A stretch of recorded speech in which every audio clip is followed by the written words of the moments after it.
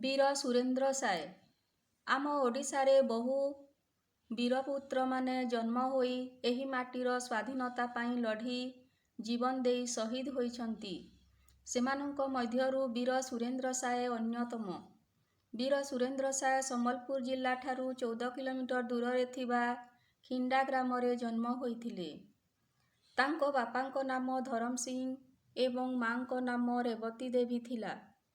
सेमाने 7 भाई एवं गोटिए भौणी थिले।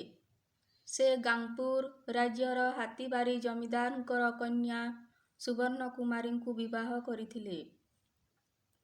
वीर सुरेन्द्र साय 1809 मसीहा जानुआरी मास 23 तारिख रे जन्म होई 28 फेब्रुआरी 1884 मसीहारे इहधाम त्याग कले। पिलाटी दिनरू से घोड़ा चढ़िबा खंडा चालन करिबा रे आग्रही थिले। सम्बलपुर रे मरहट्टा शासन को लुप्त करी इंग्रेज माने सम्बलपुर को निज कब्जा रे नेबाकू बसिले। राजा राणी निसंतान थिबारू सेमाने एवं प्रजा माने सुरेन्द्र साय को राज्यर दायित्व देवा पाई स्थिर करिथिले। चतुर इंग्रेज माने राजांको मृत्यु परे राणी को राज्यर दायित्व देई सेमानंको प्रभुत्व विस्तार कले। चारिआडे अत्याचार अराजकता लुंठन लागी रहिला।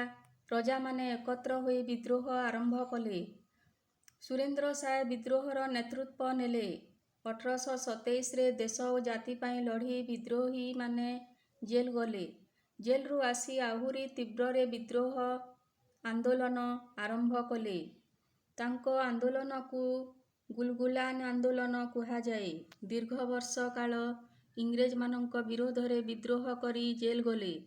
जेल रे दीर्घ 26 वर्ष काल काराबरण करी सेठारे शेष निश्वास त्याग कले। धन्यवाद।